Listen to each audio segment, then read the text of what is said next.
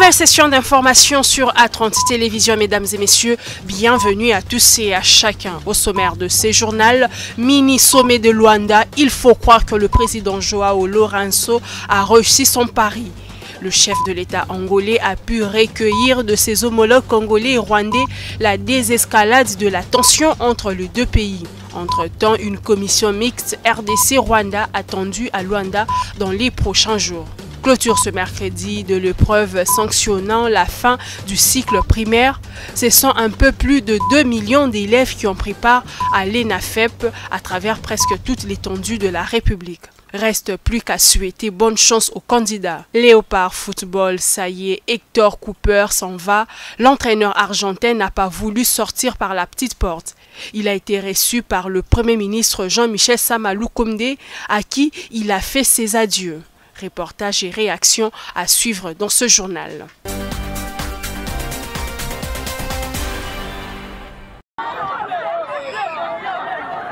À Kinshasa, sans précision d'établissement scolaire, on peut dire tout est bien qui finit bien pour les élèves finalistes de l'école primaire de la place. C'est là après l'examen d'évaluation de fin de cycle. Pendant 2 jours, les uns et les autres ont subi les épreuves de culture générale, de mathématiques et de français. Interrogés sur l'ensemble de cette évaluation, ces élèves s'accordent tous sur la bonne organisation de cette session en dépit de quelques difficultés rencontrées ici et là. Par rapport à cet examen, je l'ai trouvé un peu facile, mais aussi un peu compliqué. Le numéro qui était un peu difficile pour moi, le numéro 5. À part ça, les autres étaient un peu faciles. En maîtrisant la leçon, j'ai aussi été calme, mais pas pressé. En fait, il y avait 25 questions. Les autres étaient difficiles, les autres étaient faciles. Mais je suis sûre que j'ai réussi parce que j'ai espoir. Il y avait beaucoup de questions que j'ai trouvées faciles. Il y avait seulement 3 questions qui m'ont compliqué. Je vais citer une seule. On nous avait dessiné la carte de la RDC avec des cours d'eau. Il fallait dire les cours d'eau c'était lesquels. Maintenant, on nous avait mis des chiffres pour choisir. Maintenant, on nous avait montré. Là, j'avais remarqué que c'était le fleuve Congo, mais il y avait aussi les affluents. Donc, vraiment, là, je ne savais pas si je devais mettre les noms des affluents ou bien les noms du fleuve. On a bien travaillé. Par rapport à ce qu'on avait vu, j'ai trouvé ça un peu difficile, mais bon, il fallait travailler pour continuer. Le TENAFEP était assez facile pour moi. Moi, je l'ai trouvé facile. Ce qui était difficile, français c'était très facile, mais pour moi, ce qui était difficile, c'était vraiment maths. Culture, c'était facile. C'était maths qui était difficile pour moi. C'était quand même un peu dur, mais ça s'est bien passé. On était avec des filles, mais il y avait des questions quand même faciles. Il y avait les calculs, les sciences. On s'est exercé, c'était bien quand même. Les surveillants étaient bien. Selon les statistiques du ministère de l'enseignement primaire, secondaire et technique, plus de 2 millions d'élèves, dont près de 960 000 filles, ont participé à cette session. En soi, une augmentation sensible par rapport à la dernière année scolaire.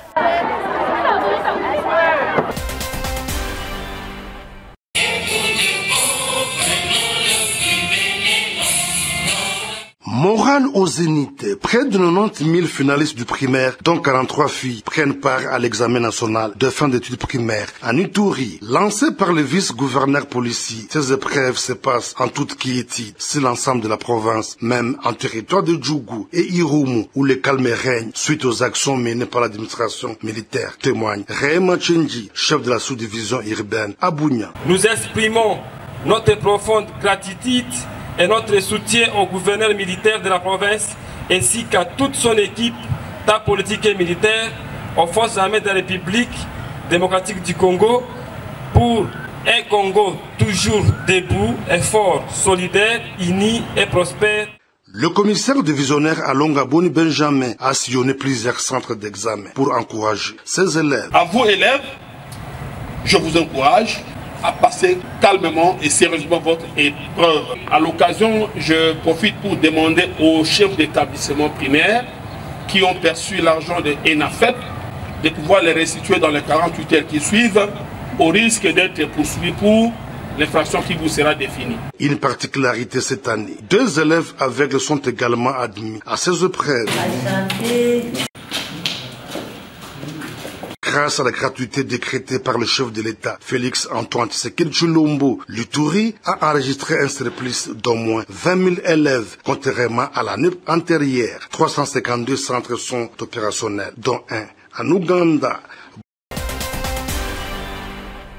Arrivés à Luanda depuis mardi, les chefs d'État congolais et rwandais ont pris part ce mercredi au mini-sommet tripartite Angola-RDC-Rwanda sur la situation sécuritaire à l'est de la RDC sous la médiation du président angolais Joao Lourenço. D'après la presse présidentielle, la tripartite a décidé d'un processus de désescalade entre la RDC et le Rwanda. Cet objectif s'effera graduellement à partir d'une feuille de route dite de Luanda sur la relance de la commission mixte RDC-Rwanda qui ne s'était plus réunie depuis plusieurs années. D'après la même source, cette commission va tenir sa première rencontre le 12 juillet prochain à Luanda. La feuille de route stipule notamment la volonté de normalisation des relations diplomatiques entre Kinshasa et Kigali. À Luanda, dans une interview accordée à un média international, le président de la République, Félix Tshisekedi, a évoqué la possibilité de mener la guerre contre le Rwanda qui attaque la partie est depuis quelques semaines sous couvert du groupe rebelle M23. Pour Félix Tshisekedi, les discussions avec le Rwanda ne peuvent être possibles s'il reconnaît son soutien aux rebelles M23. Du côté rwandais, les revendications des groupes rebelles restent un problème à résoudre par le gouvernement congolais. Selon certaines sources, Paul Kagame déplore l'attitude de Kinshasa dont certains émissaires ont engagé les régimes à des promesses non tenues avec le M23. La médiation de l'Angola dans la crise entre la République démocratique du Congo et le Rwanda bénéficie du soutien régional.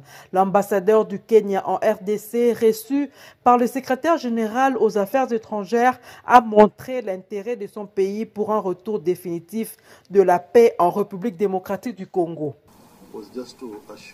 Notre réunion visait juste à assurer le gouvernement de la RDC du soutien du Kenya sur le processus de paix qui est en cours au niveau de la partie est-orientale de la RDC. Le Kenya est un partenaire dans le dialogue qui vise la paix. Et nous espérons tous que nous arriverons bientôt à mettre fin au problème qui est à l'Est. Le Kenya est derrière cette réunion. Il s'agit d'un effort régional qui est fait pour voir comment ramener la paix au niveau de la RDC. Le processus de Nairobi résonne. Les groupes armés qui écument la partie orientale de la RDC est piloté par le pays d'Ouru Kenyatta. C'est suite à son appel récemment lancé aux potentiels partenaires pouvant s'y lancer dans l'exploitation des 16 blocs pétroliers cherchant preneurs pour valoriser que l'ambassadeur du Nigeria en RDC a été reçu par le ministre des Hydrocarbures Didier Budimbu. C'était ce mardi 6 juillet au cabinet du travail du ministre. Avec les diplomates nigériens, il s'est agi de définir les modalités de collaboration pour une exploitation gagnant-gagnant de l'or noir à travers les 16 blocs pétroliers et 3 gaziers que le ministre s'apprête à lancer le 28 et le 29 juillet prochain. Je suis venu pour avoir plus d'informations parce que le Nigeria comme pays a tant d'expérience dans ce domaine-là. Alors on est venu pour voir comment on peut travailler, avoir une coopération et aussi inviter des investisseurs au Nigeria sur base d'une coopération. Pour le numéro 1 des hydrocarbures, cet engagement du pays de Muhammadu Buhari est satisfaisant pour la matérialisation de la vision du chef de l'État, Félix Tshisekedi, visant la consolidation de la coopération interafricaine. Le jeune entrepreneur congolais responsable de la plateforme digitale Chris Harmony Kabulo, patron d'Agri Bros Market, reçu en audience le mardi 5 juillet 2022 par le ministre du numérique Cachemire Kolongele Eberand dans son cabinet de travail. À l'ordre du jour de cette entrevue de Chris Harmony Kabulo avec les ministres des tutelles, lui présenter la chaîne variée des différentes réalisations en vue surtout de la promotion et de la commercialisation de tous les produits agricoles issus de son business. Auprès du ministre du Numérique, Chris Harmony Kabulo, porteur d'un message édifiant relatif au travail de jeunes. Cela pour le même élan que le chef de l'État, Félix Tshisekedi, qui fait de la jeunesse congolaise le moteur du changement et du développement intégral du pays. Auprès du ministre du Numérique, Chris Harmony Kabulo, porteur d'un message édifiant relatif au travail de jeunes. C'est là sur le même élan que le chef de l'État, Félix Tshisekedi, qui fait de la jeunesse congolaise le moteur du changement et du développement intégral du pays.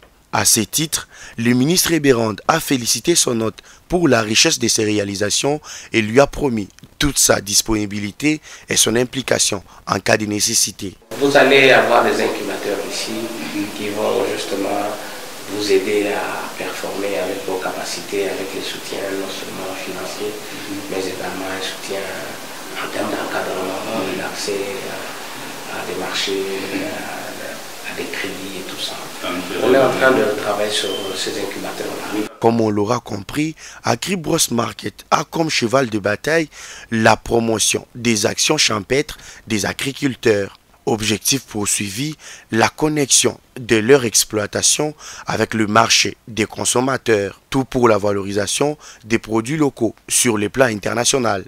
Voilà pourquoi, en association avec Freddy Kitenekanyama, plusieurs initiatives du genre sont en perspective pour la cause de la jeunesse congolaise.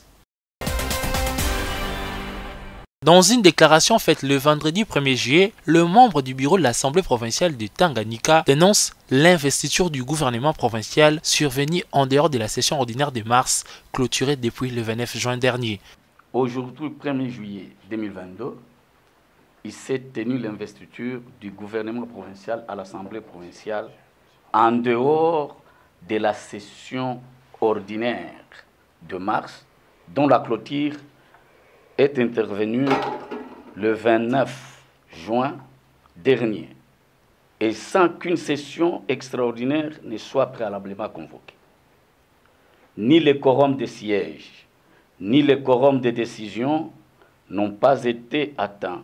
Seuls 12 députés sur 25 ont participé à la plénière et à cette mascarade d'investiture.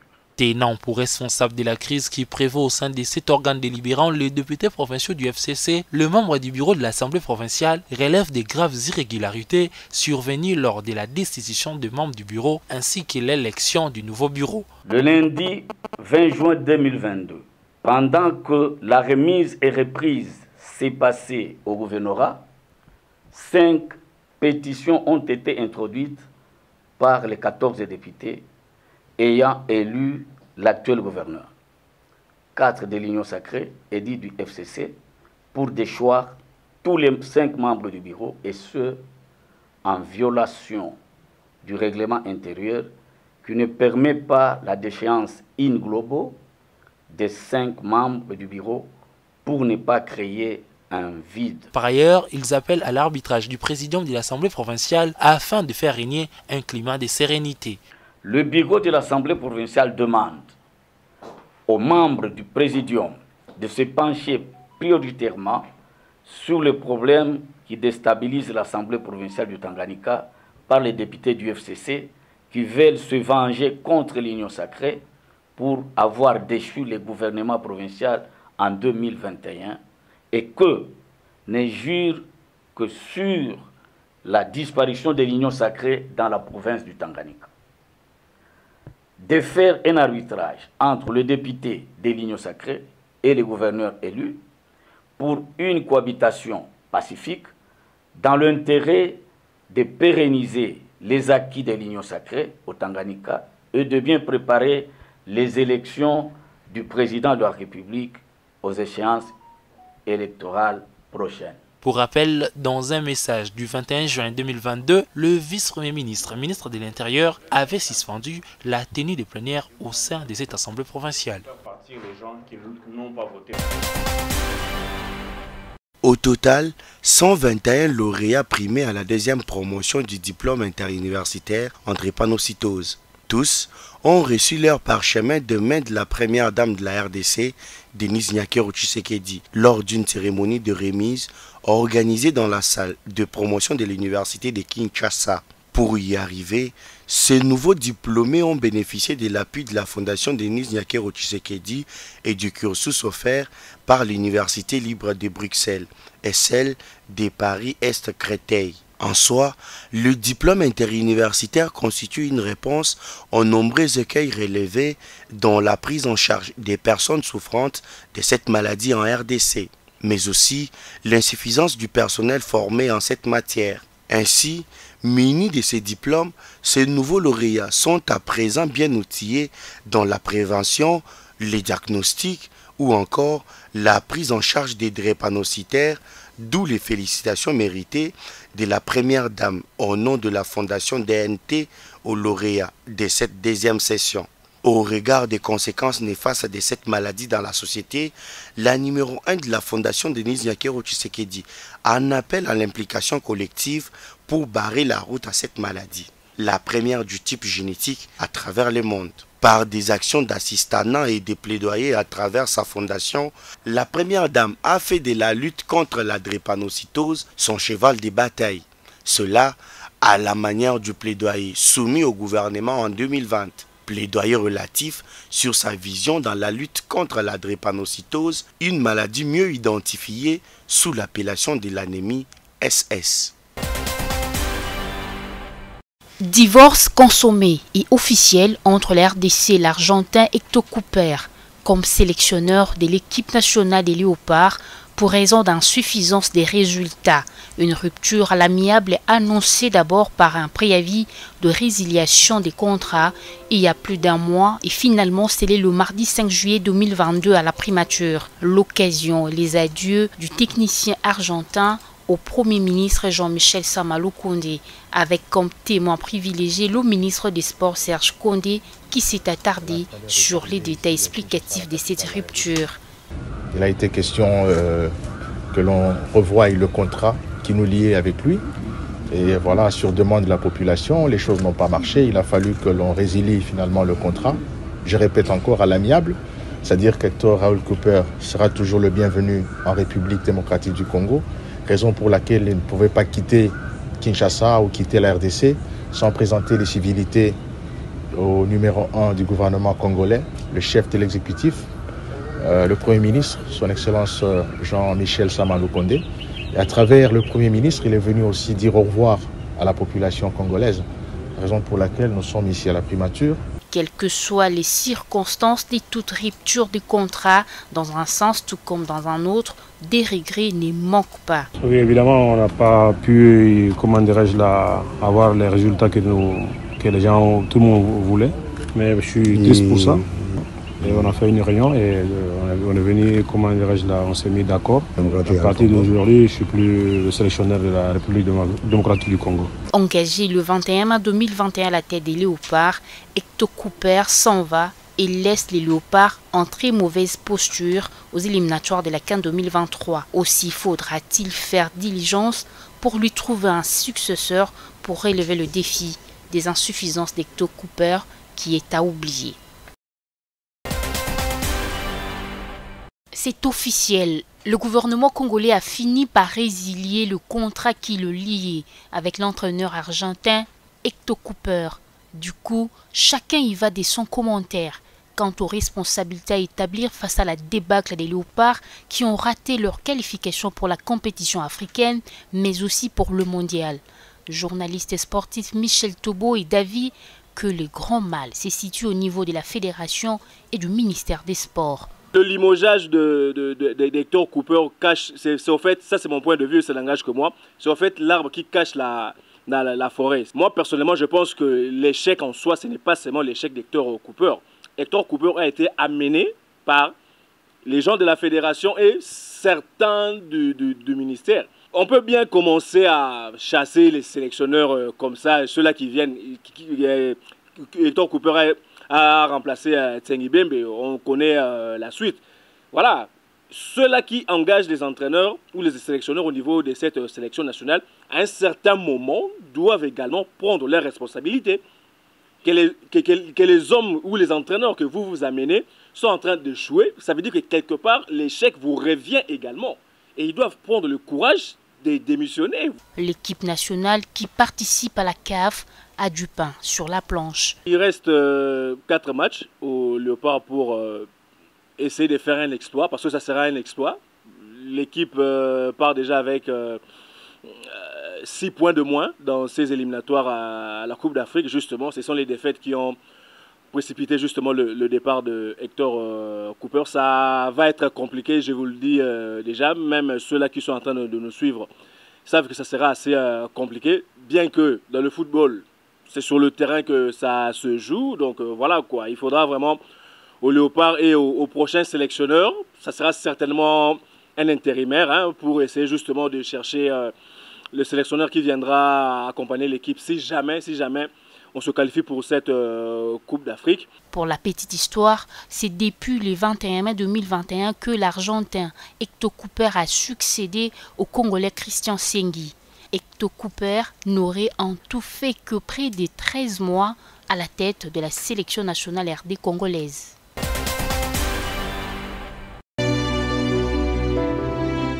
Carnet noir dans ce journal.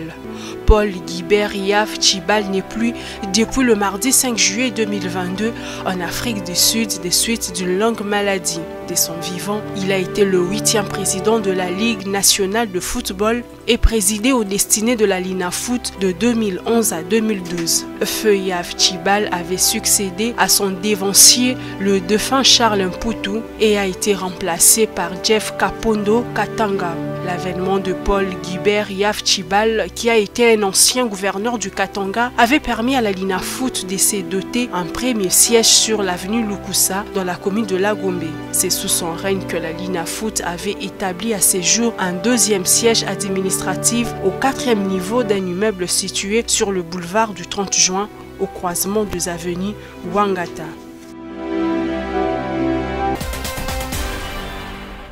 C'était l'essentiel de l'actualité. Bonne suite de programme.